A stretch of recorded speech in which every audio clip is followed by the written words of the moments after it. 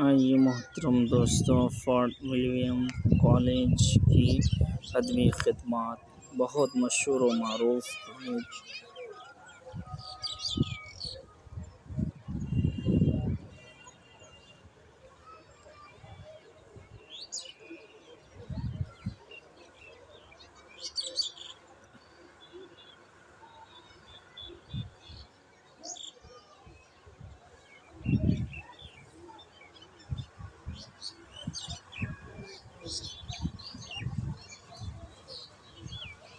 Fort William college کی قیام 10 جولائی 1800 سے قبل کی تعلیمی سرگرمیوں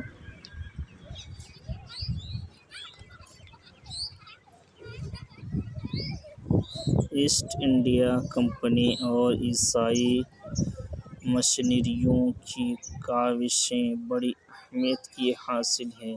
ایسٹ انڈیا کمپنی ایک تجارتی ادارہ تھی۔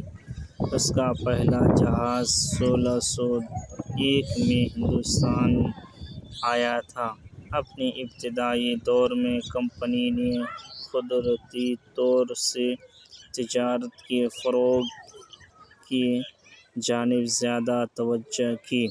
ہندوستانی عوام کی تعلیم اور فلاح و بہبود سے اسے کوئی سروکار نہ تھا، لیکن تجارتی جدوجہد کے اس دور میں بھی کمپنی کی تعلیمی سرگرمیوں کی کچھ جھلکیاں ملتی ہیں۔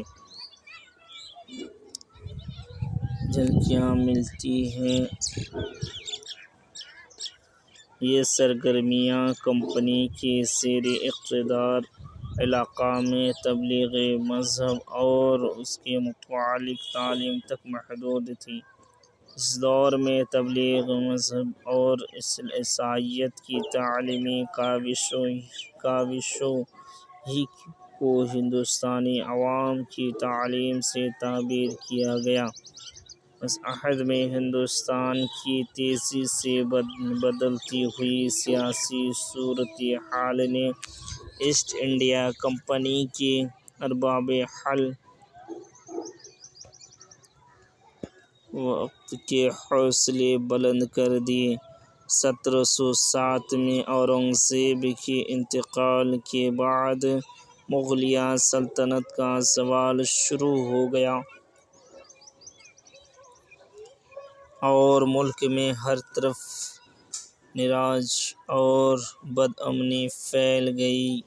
کمپنی نے اب تجارت میں ترقی کے علاوہ حکومت کا خواب بھی دیکھنا شروع کر دیا۔ نوابوں اور راجاؤں کے آپسی نفاق نے ان کے لیے راہیں ہموار کیں۔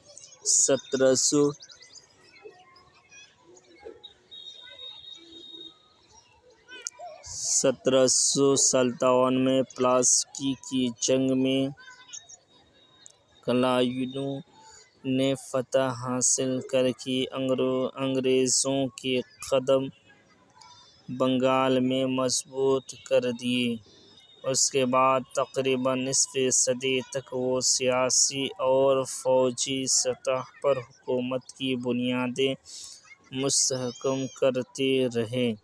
پولیس اور مالیات کے شعبوں پر اپنا عمل دخل بڑھانے میں انہوں نے خصوصی دلچسپی لی۔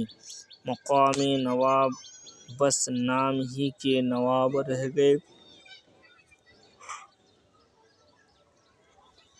کمپنی نے ان کے سارے اختیارات اپنے ہاتھ میں لے لیے تھے۔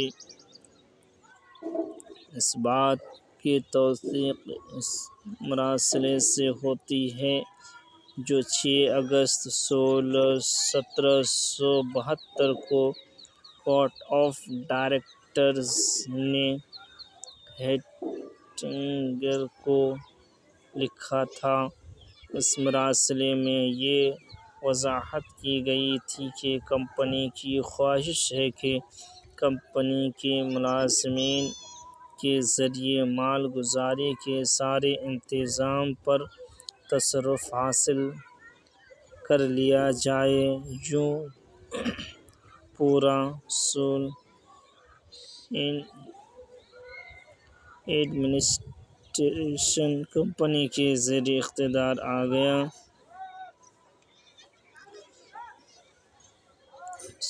سول ایڈمنسٹریشن کو اپنے ہاتھ میں لے لینے کے بعد کمپنی کو اسے چلانے کے لیے تجربہ کار اور لائق عمل کی ضرورت محسوس ہوئی اور ایسے عمل کی تعلیم و تربیت کے لحاظ سے انہیں تعلیم گاہوں کی ضرورت کا بھی احساس ہوا۔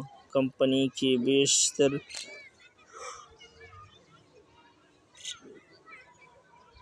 بیشتر ملازمین اور افسران مقامی زبانوں سے ناواقف تھے۔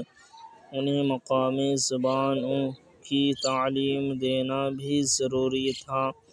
اس سلسلے میں ابتدائی کوششیں ذاتی طور پر چند ایک انگریز افسروں نے کی۔ اس کے بعد ایسٹ انڈیا کمپنی اس جانب متوجہ ہوئی۔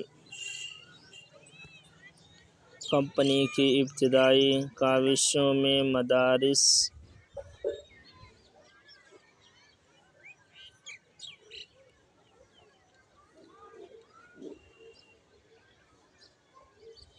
کے فورٹ سینٹ جارج کالج کا نام سرفہرست ہے۔ اس کالج کو کمپنی کی ابتدائی کاوشوں میں مدراس کے فورٹ سینٹ جارج کالج کا نام سرفہرست ہے۔ اس کالج کو مدراس کے گورنر مسٹر جوزف کٹک نے 1717 میں اس مقصد سے قائم کیا تھا کہ جو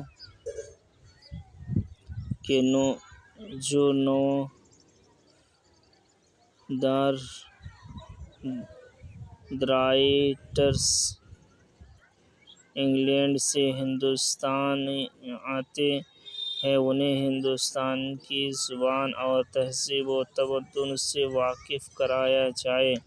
اس کالج کو رائٹرز کالج بھی کہا گیا ہے۔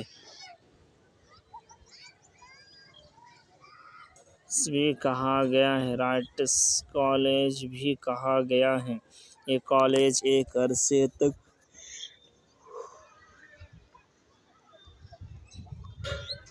فورٹ سینٹ جارج کے احاطے میں کام کرتا رہا۔ وارن ہیسٹنگز 1774-75 نے ہندوستان میں تعلیم گاہوں کے قیام کی جانب خصوصی توجہ کی۔ اس کے پس پشت اس کی سیاسی مصلحتیں بھی کار فرما تھیں۔ اس کے نزدیک ہندوستانیوں پر انگریزوں کے اقتدار کو مستحکم بنانے کے لیے بے حد ضروری تھا کہ ہندوستانی علم و ادب کی ترویج کی جائے اور سول ملازمین کو مقامی زبانوں سے روشناس کرایا جائے۔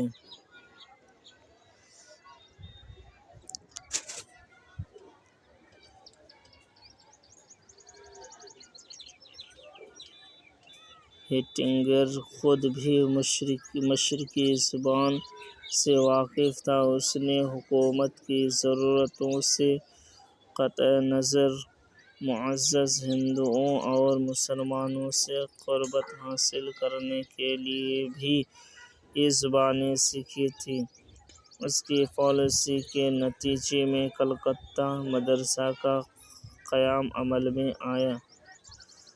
کلکتہ مدرسہ 1780 ستمبر 1780 میں کلکتہ کے معزز مسلمانوں نے ہیسٹنگز سے یہ درخواست کی تھی کہ اعلیٰ سطح پر ان کی باقاعدہ تعلیم کا انتظام کیا جائے۔ ہیسٹنگز نے اس موقع پر پورا فائدہ اٹھایا اور اکتوبر 1780 میں اس نے کلکتہ مدرسہ قائم کر دیا۔ اس وقت ملازمانوں میں ہندوؤں کا عمل دخل زیادہ تھا۔ مدرسے کے قیام کا مقصد یہ تھا کہ مسلمانوں کے اعلیٰ خاندان کے لڑکوں کو اس طرح تعلیم و تربیت دی جائے کہ وہ بھی ذمہ دار اور اعلیٰ عہدوں کی ملازمت کے قابل ہو سکیں، اور یوں اعلیٰ عہدوں پر صرف ہندوؤں ہی کا اجارہ نہ رہے بلکہ مسلمانوں کو بھی ترقی کرنے کا موقع ملے۔ ہیسٹنگز نے یہ مدرسہ کمپنی کے ڈائریکٹرز کی اجازت لیے بغیر قائم کر دیا تھا، اور ابتدا میں سارا خرچ اس نے خود برداشت کیا تھا۔ مدرسے میں زبان فارسی کے علاوہ قرآن، مذہبیات، قانون، ریاضی، علم نجوم، فلسفہ اور قواعد کی تعلیم دی جاتی تھی۔ یہ مدرسہ اپنے نظم و ضبط اور بہترین تعلیم کی بنا پر کافی مشہور ہوا، حتیٰ کہ اس کی شہرت کمپنی کے ڈائریکٹرز تک پہنچی۔ انہوں نے ہیسٹنگز کی بہت تعریف کی اور کمپنی کو حکم دیا کہ وہ ہیسٹنگز کے روپیے لوٹا کر مدرسے کا خرچ خود برداشت کرے۔ اس مدرسے میں ہندوستانی طلباء کے علاوہ انگریزی ملازمین بھی تعلیم حاصل کرتے تھے اور 1-2 سال کے اندر تھوڑی بہت فارسی سیکھ کر نکل آتے تھے۔ سنسکرت کالج 1791 مشرقی زبانوں کی ترویج و ترقی سے متعلق ہیسٹنگز کی پالیسی کو بنارس کے ریٹینڈنٹ جوناتھ ڈنکن نے آگے بڑھایا۔ ڈنکن نے 1791 میں بنارس میں سنسکرت کالج قائم کیا۔ اس کام میں اسے گورنر جنرل لارڈ کارنوالیس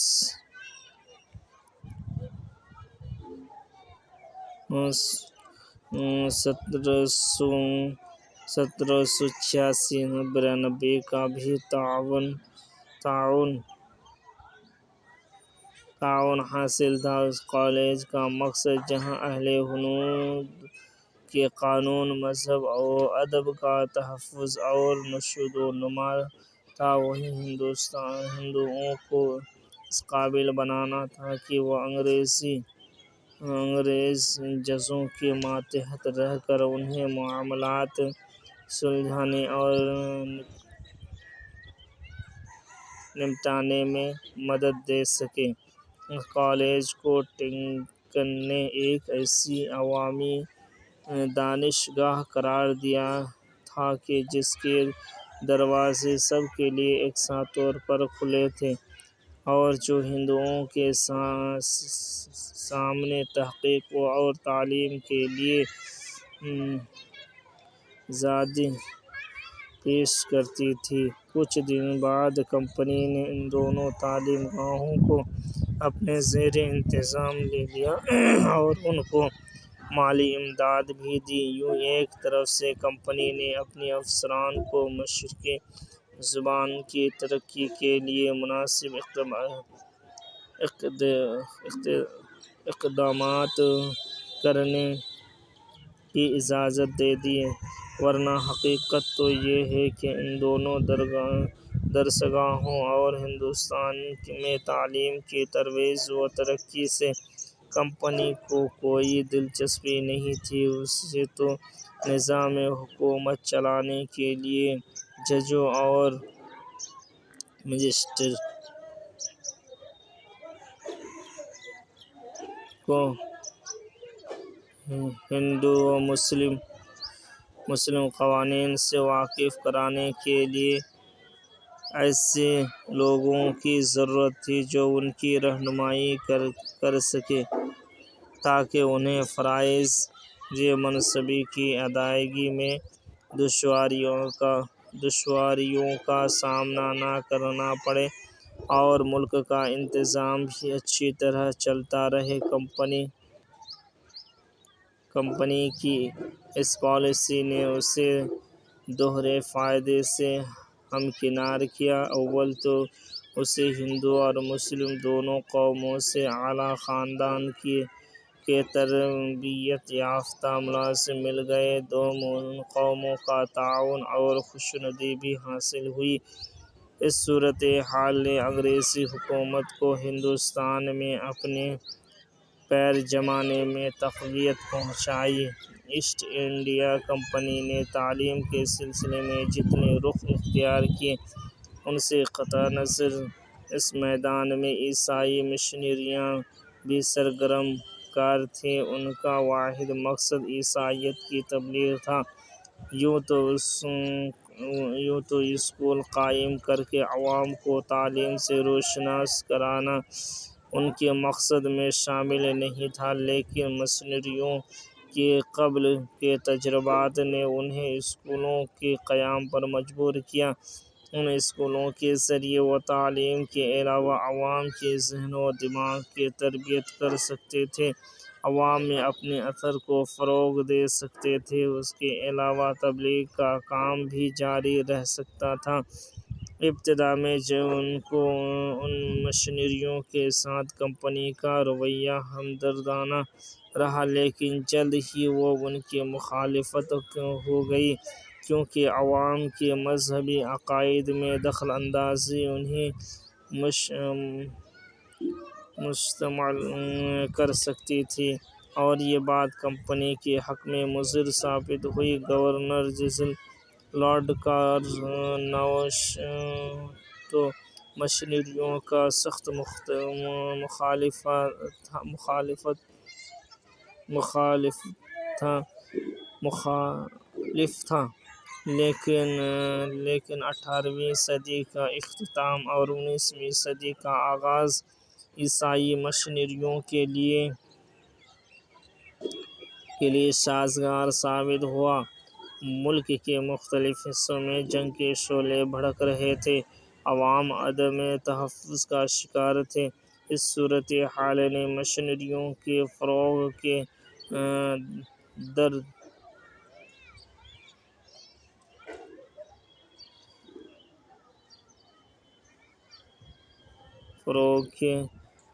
دردا کر دیے۔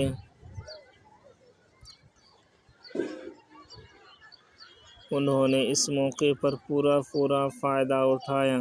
فورٹ ولیم کالج کا قیام اور اس کے استحکام سے متعلق تمام کاوشوں کا سہرا گورنر جنرل لارڈ ویلزلی کے سر ہے۔ وہ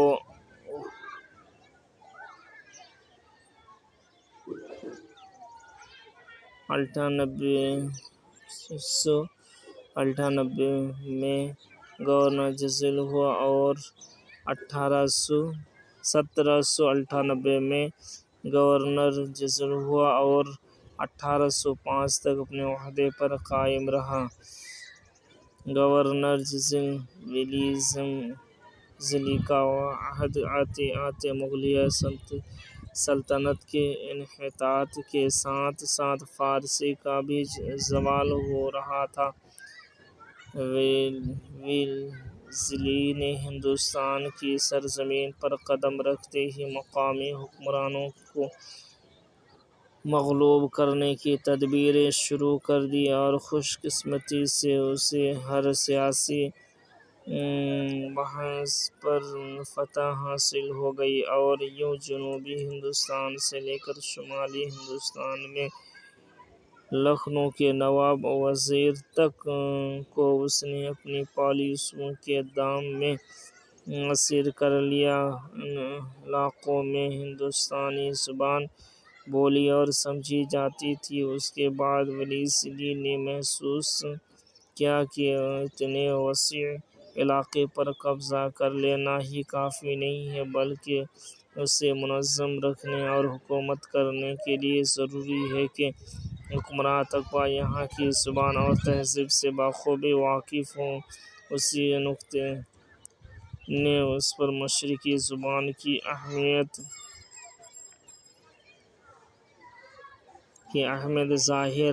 ظاہر کی، چنانچہ ہیسٹنگز اور ٹنکن کی طرف اس نے لنڈن سول سروس میں داخل ہونے والے ملازمین کے لیے فارسی کی تعلیم اور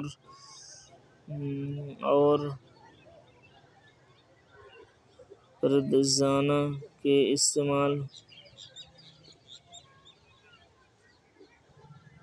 استعمال کے لیے ہندوستانی کی واقفیت پر زور دیا۔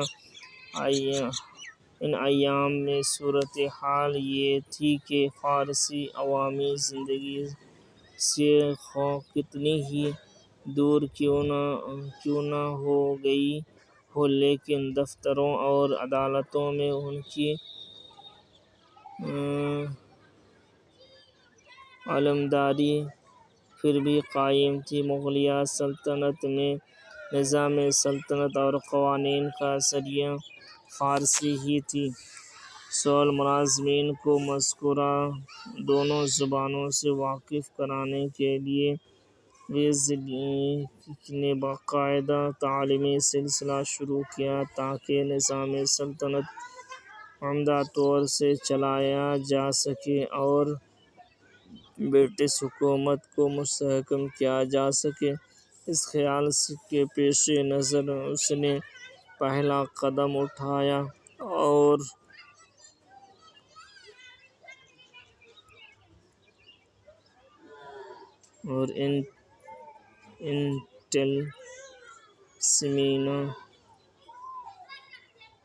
وارنٹل سیمینری تھا۔ اس کے علاوہ 17 ستمبر 1798 کو گورنر نے ایک اطلاع نامہ بھی جاری کیا جس کے تحت بنگال کے سول ملازمین کے لیے مشرقی زبانوں اور آئین سے واقفیت ضروری قرار دی گئی۔ 1 جنوری 1801 کے بعد کوئی بھی ملازم کسی بھی ایسے عہدے کے لیے مستحق نہیں سمجھا جائے گا جو عہدے کے اس کے بعد بتائے جائیں گے، جب تک کہ وہ ان قوانین، قواعد اور زبانوں میں ایسا امتحان جس کی نوعیت اس کے بعد بتائی جائے گی پاس نہ کرے، جس کی واقفیت اس کے ساتھ ہی لازمی اعلان کی جائے۔ اس اعلان کے تحت بنگال، بہار، اڑیسہ اور بنارس کے صوبوں کی عدالتوں کے جج یا رجسٹرار کے عہدوں کے لیے فارسی و ہندوستانی، بنگالی اور اڑیسہ صوبوں میں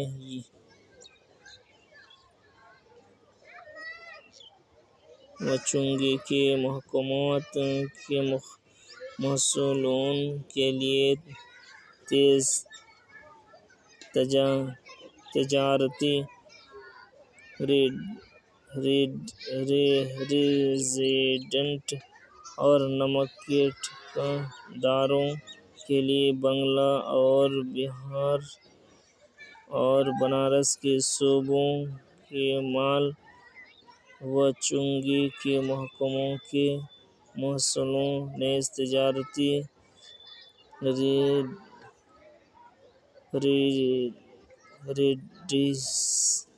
ریزیڈنٹ یا افیون کے تھکاواروں کے لیے ہندوستانی زبان کی واقفیت ضروری قرار دی گئی۔ ویلزلی کو اس زمانے کے انگریزوں میں گلکرسٹ ہندوستانی زبان کا ماہر نظر آیا، چنانچہ اسی کی رائے سے یکم جنوری 1799 میں کلکتہ میں اور لٹل سیمزی قائم کی گئی۔ 3 فروری 1799 میں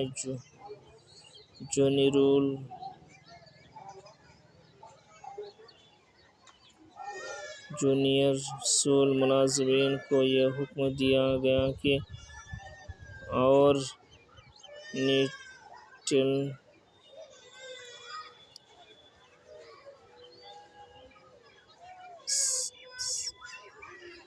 میں تعلیم حاصل کرنے کے لیے چنانچہ 9